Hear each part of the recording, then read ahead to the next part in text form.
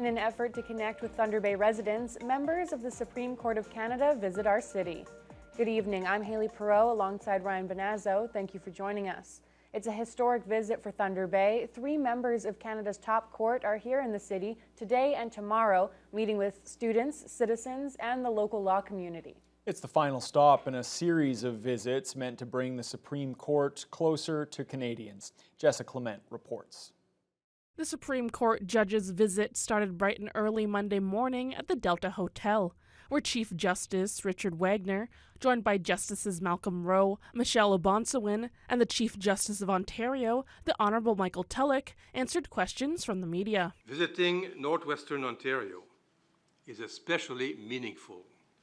It gives us the opportunity to learn directly from the people who live here and to deepen our understanding of the rich cultures, histories, and traditions that shape this region. One of the topics discussed was access to the courts and justice for those living in remote First Nation communities. The judges were asked what they would like to see done to improve access to legal services in those communities. When a person does not have access to justice, it's like losing a bit of his or her dignity. There is now a working group working under the special committee that we put in place way back a couple of years ago that deals with those issues. How can we improve access to justice, technology, funding, etc.? So it's a constant preoccupation. This is something that the law community here, the Law Association, can work effectively with the law school to perhaps provide a legal clinic that can enhance access to justice in family and child welfare type matters. Later on in the morning, a town hall-style public forum was hosted at the city courthouse. The event started and ended with drumming and jingle dress dancing to welcome the judges.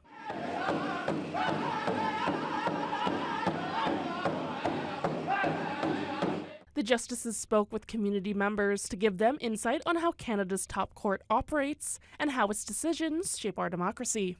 They also had time to answer questions from the audience. TRC Call to Action 27, which mandates the Canadian Federation of Law Societies to implement mandatory Indigenous cultural awareness training for lawyers and paralegals in this country. What is your opinion on that call to action and the influence we should have on enforcing it? My role, I've always seen it from 2015 when they first came out, was to educate my peers in the legal profession, and then afterwards as a Superior Court judge and a Supreme Court of Canada judge about everyone's role to play. The visit continues on Tuesday with the justices meeting with the local legal community and law students from Lakehead University.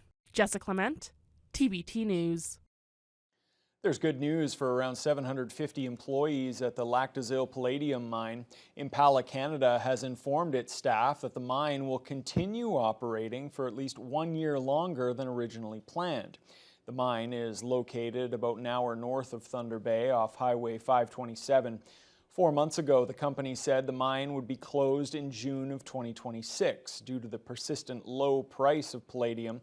But Impala CEO Tim Hill met with his staff on site last week and confirmed that higher palladium prices have enabled the company to extend mine production until the summer of 2027.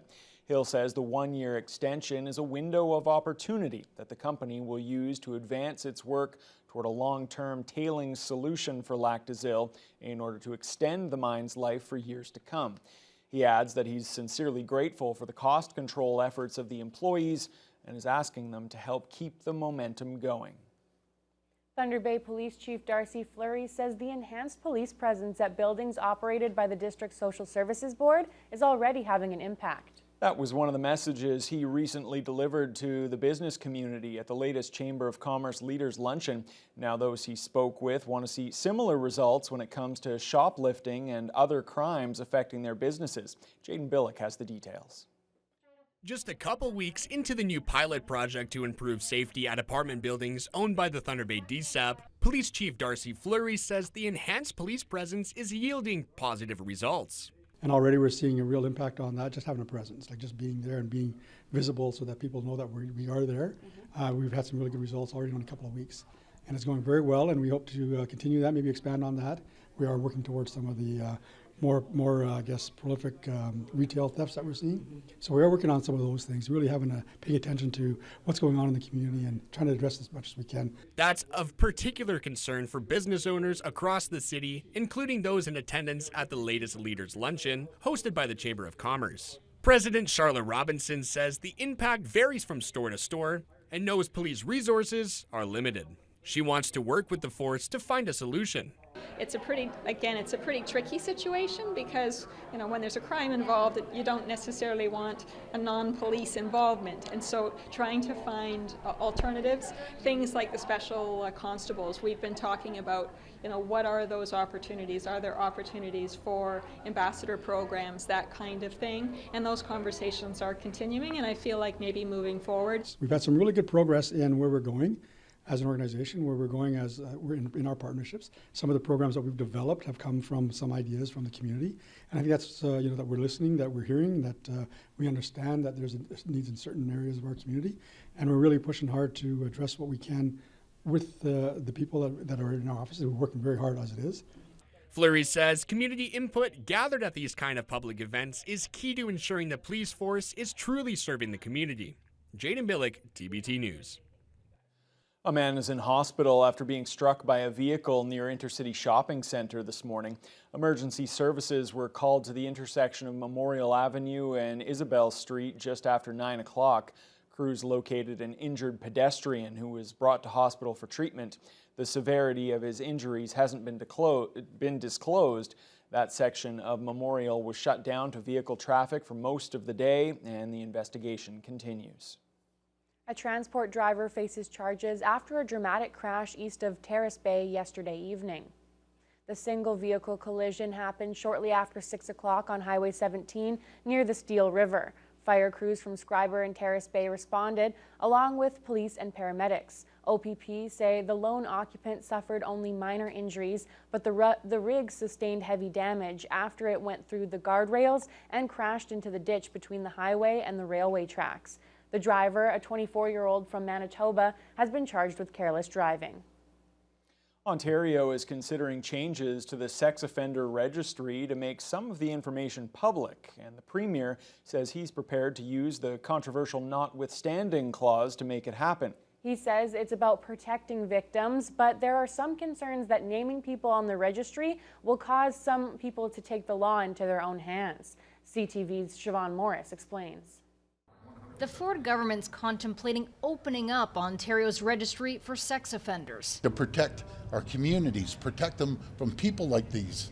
I can't even put the word out there. They're a bunch of diddlers. I can't stand them. They make me sick. This comes a few weeks after Canada's highest court struck down mandatory minimum sentences for possession of child pornography. What is the Supreme Court thinking? And in September, hundreds of people showed up to a Niagara area courthouse after someone on the sex offender registry allegedly broke into a home and sexually assaulted a toddler.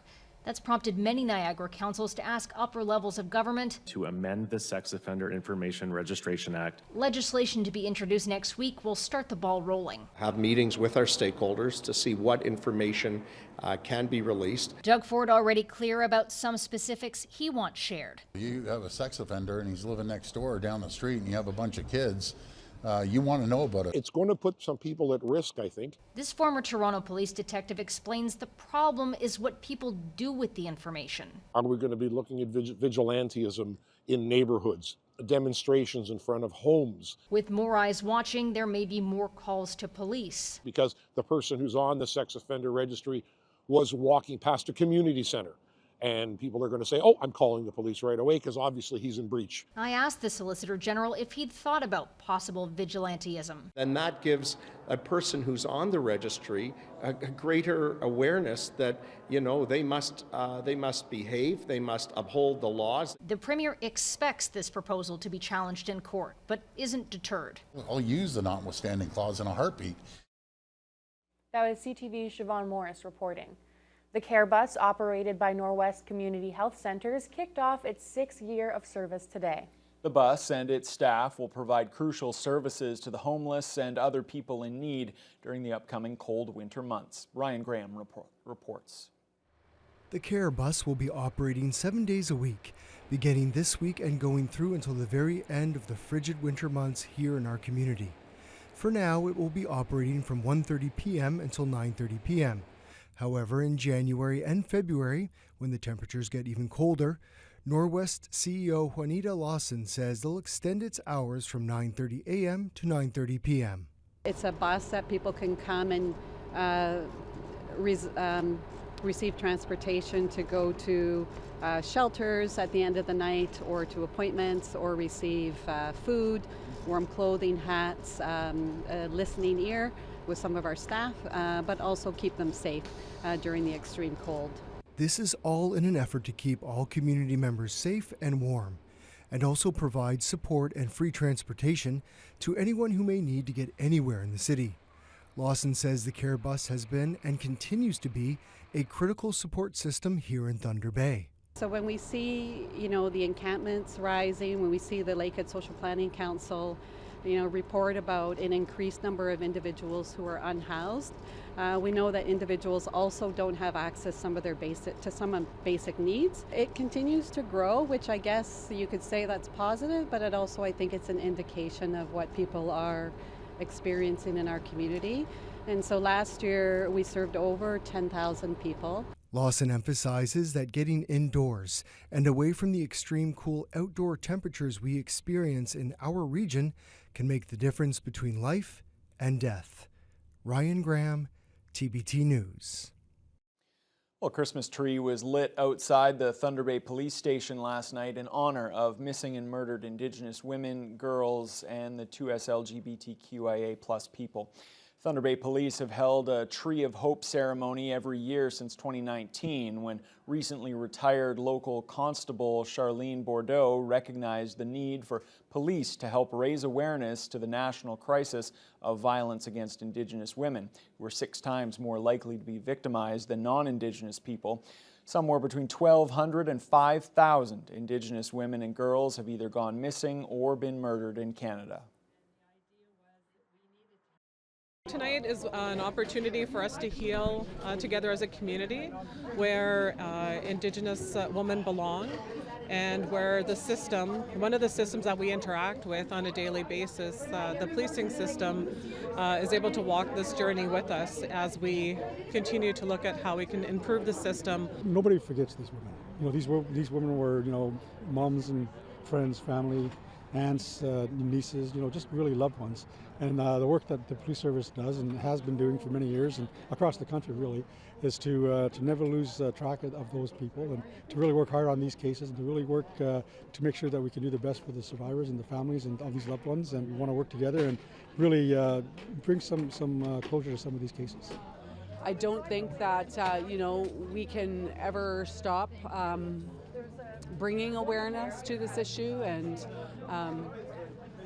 despite the national inquiry, this situation continues to happen and continues to escalate in our community. We don't want to lose hope, and I think that's what this is all about, lighting that tree today to give those families who are still waiting for their loved ones to come home to have hope.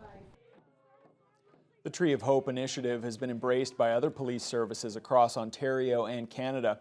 Last year, the Thunder Bay Police Service brought the Tree of Hope to Parliament Hill, symbolizing unity, empathy, and national awareness. The Tim Hortons Holiday Smile Cookie campaign is officially underway nationwide, including here in Thunder Bay. 50% of the proceeds from every cookie sold locally will go to the Toys for Tots campaign, with the other half going to the Tim Hortons Foundation camps. Local firefighters as well as community volunteers will be out all week at Tim Hortons locations around the city, decorating smile cookies that are being sold for $2 each. Local Toys for Tot chair Rob Wilson says he can't emphasize enough what an important fundraiser this is for our community. With the holiday campaign now in its 3rd year, local Tim Hortons franchisee Brent Prep anticipates another highly successful fundraiser. Today we're launching our Smile Cookie campaign. This is our holiday campaign. We have 2 programs now, but this is the holiday one, and 50% of the profits are going to Toys for Tots, who are launching their program on Friday, I believe, and the other 50% go to Tim Hortons Children's Foundation camps. The community just loves this program. I think the fact that the money stays local is a big thing, sending local kids to camp and supporting kids at Christmas time. Last year alone, we raised over $48,000 just from the Smile Cookies towards our $180,000 total that we made last year. So it's been an amazing contributor that helps us kick off this campaign every year. We're unable to do any of this without the people of Thunder Bay. They've been absolutely fantastic. Every year they step up and give a huge contribution towards the community. And you know what? We've helped over 8,100 families last year, over 4,000 kids with just toys last year from this Toys for Tots campaign. So it's massive. The Holiday Smile campaign runs through November 23rd. The Toys for Tots and Christmas Cheer campaigns will have their official kickoff at Inner City Shopping Center on Friday at noon. Well, it is a fantastic campaign. I know that one that people look forward to all year long. All right, well, Fiona, let's turn to the weather. Not a bad day out there today. High above the freezing mark again, so I'm trying to readjust my my expectations here. Above the freezing mark is good at this time of year. Well, Mother Nature was giving us something to smile about too. You know, it was a beautiful day out there for this time of year. We had loads of sunshine in the city. We had an early morning low of -7 and a wind chill of -12 to start. So yeah, a bit chilly.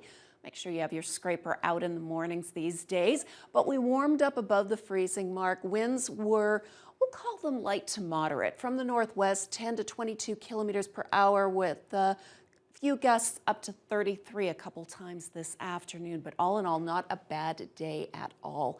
If we take a look at what's going on across the region to the west, mainly clear skies in Fort Francis, and that's why they too had kind of a chilly start to the day. -13 is where they started. They popped above the freezing mark this afternoon. At this hour, they're sitting at -3 up into Red Lake. They were in pretty much the same range, a low of -11, a high of 0, and now they're down to -2. And wind chills overnight were hovering around -15. So definitely a little bit chillier at this time of year without any clouds. That's what happens. It gets very cool at night. A little bit further east, we saw a few clouds. All in all, a beautiful day in Sioux Lookout, Armstrong, Upsala, and then you pop over just into Greenstone where it was gray skies all day. And those clouds made all the difference because the temperature really has been holding steady for over 12 hours now, between -5 and -6, and a wind chill of -10. Along the eastern shores, -6 in Marathon, -4 in Wawa, and Sault Ste. Marie on the plus side at 2. Last night only dropped down to -2, so temperatures really haven't been moving much. They've been under mostly cloudy skies all day. Here in the city of Thunder Bay, it's going to be a little cooler than last night. Under clear skies, it's the lack of clouds, I tell you. -11 and a wind chill of -16, but the winds are going to be diminishing. That should be diminishing wind, not diminishing cloud. So we're going to be seeing, calmer conditions. And so far it's looking like tomorrow's basically going to be a repeat of today, but that's not going to last very long this week.